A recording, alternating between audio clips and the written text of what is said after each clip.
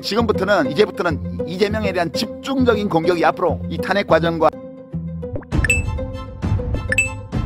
윤석열의 탄핵이 드디어 가결되었습니다. 물론 표가 아쉬운 분들도 분명 있을 겁니다. 그러나 결과는 결국 탄핵이고 윤석열은 지금 이 순간부터 즉시 직무정지로 더 이상 계엄령을 선포하지 못하며 헌재로 넘어가 탄핵 심판을 받게 됩니다. 또한 오늘 이후로 국수본은 이제 본격적으로 윤두창의 체포를 준비할 것이고 구속영장을 청구해 완벽하게 정권을 끝장내려고 할 것입니다. 그렇다면 추가적으로 정권이 더 이상 기능을 할 수 없는 사태로 직면해서 헌재도 윤두창에 대한 탄핵을 기각할 수 없는 사태로 만들 것입니다.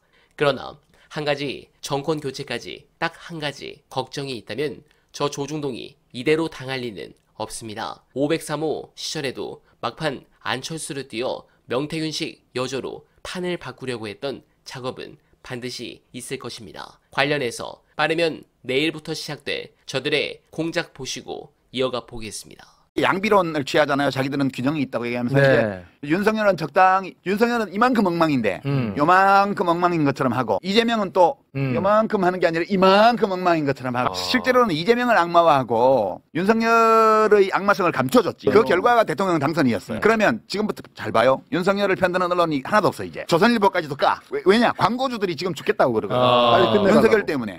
그런데 이제 지금부터는 뭘 하냐면 윤석열을 까서 반죽여 이제. 그래갖고 탄핵돼요. 그러고 나면 그다음에 이재명을 악마화하는 거야 계속. 왜냐하면 그러니까 우리 시민들이 생각을 해야 될 게 윤석열에 대해서 진실을 말하지 않았던 언론이 이재명에 대해서 진실을 말하겠냐. 지금부터는 이제부터는 이재명에 대한 집중적인 공격이 앞으로 이 탄핵 과정과 그 끝난 이후에 계속될 거예요. 네. 그 점 나는 굉장히 유념해서 볼 필요가 있다고 봐요. 그러니까 네. 그 5대5 기계적 균형을 이야기하는데 지금 돌이켜보면 지금 윤석열 건도 그렇지만 조금 더 역사를 앞으로 넘어가 보면 MB 다스는 누구 겁니까? 라고 얘기 나왔을 때 그거를 똑같은 견해 하나로 5대5로 보도하는 게 그게 공정한 건가요? 지금은 매우 불공정해. 9대1로 막 얘기를 해도 진실에 접근을 할 수 있을 동 없을 동 한 지금 거였어요. 왜 안 지키냐고. 지금은 계엄이 정당한 통칭이라는 거 반, 내란이라는 거 반 다뤄줘야지. 왜 일방적으로 불리하게 윤석열을 죄인 취급하고 그렇지. 왜 뉴스에서 전부 다 아예 내란으로 용어를 쓰며 네. 이런 불공정이 어딨냐고. 근데 왜 이렇게 하냐고 물어보면 아 이거는 명백하니까라고 얘기를 해요. 그럼 그전에는 안 명백했어? 그러니까 네. 조국 가족을 사냥할 때부터 시작해서 이 모든 증상들이 그때부터 다 있었는데 그거에 대해서 기자들이 뭐라고 얘기를 했어? 정의를 실현하는 거라고 축켜 세웠잖아. 그러면 조국 일가를 그렇게 사냥했던 자들이 더 큰 권력을 가지고 나서 국민을 위해서 좋은 일 하겠어?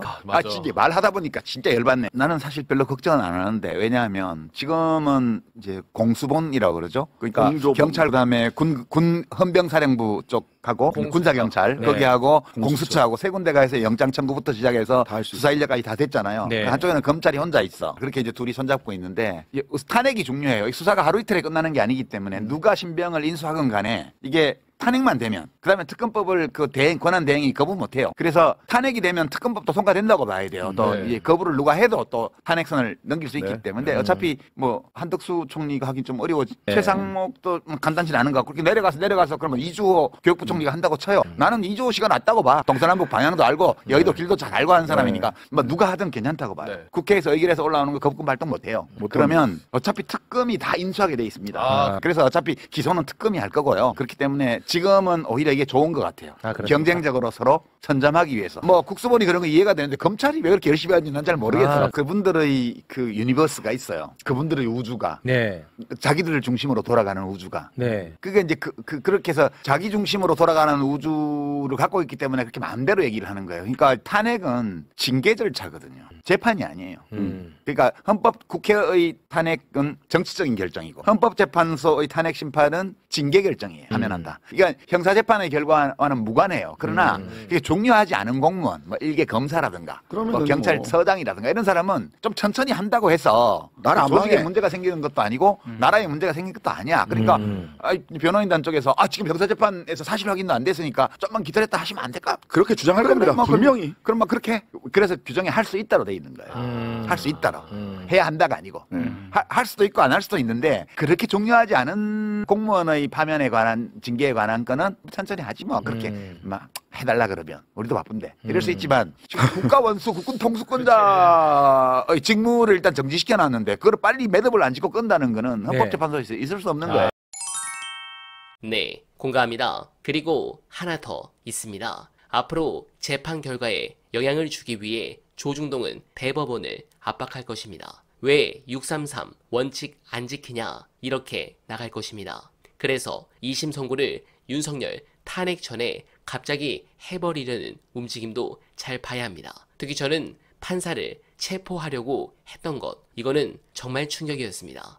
두창희의 계엄 이유를 액면 그대로 받아들여도 종북 좌파와 국정을 방해하는 야당을 바로잡아서 대한민국을 바로 세우겠다는 것인데 여기에 뜬금없이 판사들이 들어간 것입니다. 물론 계엄이라는 것은 전시와 같은 비상 상황에서 질서 유지를 위해 행정부와 사법부를 군인들이 통제하는 개념이긴 합니다. 하지만 시설을 지켜서 전시 상황에도 각종 행정과 사법 시스템이 돌아가도록 돕는 개념이지 군인들 마음대로 행정권과 사법권을 남용한다는 의미는 아닙니다. 그런데 윤석열은 권순일, 김동연 등 딱 집어서 이재명 대표 사건 무죄에 관련 있는 판사들을 체포하려고 했습니다. 그 이유는 현재 진행 중인 이재명 대표의 다른 재판에 영향을 주려는 의도 말고는 다른 이유는 생각하기 어렵습니다. 70년대에서 80년대 박정희, 전두환 군사 독재 정권에서 판사들이 죄 없는 국민들을 간첩죄로 선고한 것과 같은 비슷한 공포 분위기를 윤석열은 조성하려고 한 것입니다. 법을 공부해서 검사로 평생을 공부한 자의 인식이 딱 그 수준인 것이고 두창희를 왜 사면 없이 평생 빵에서 격리시켜야 하는지 보여주는 부분입니다. 그래서 헌재가 상식적인 결정을 이제 내려야 하는 상황입니다. 헌법재판소는 180 이내에 선고해야 되는데 실제로는 이보다 짧을 것으로 예상됩니다. 국회의 정상적인 입법 활동을 군을 동원해 방해하는 등 윤두창의 헌법 위반 사실관계가 너무나 분명해 법적 쟁점이 약하기 때문입니다. 탄핵 결정은 헌재 재판관 9명 중 6명 이상이 찬성해야 하는데 현재 헌재 재판관은 국회목 3명의 자리가 비어있어 6명입니다.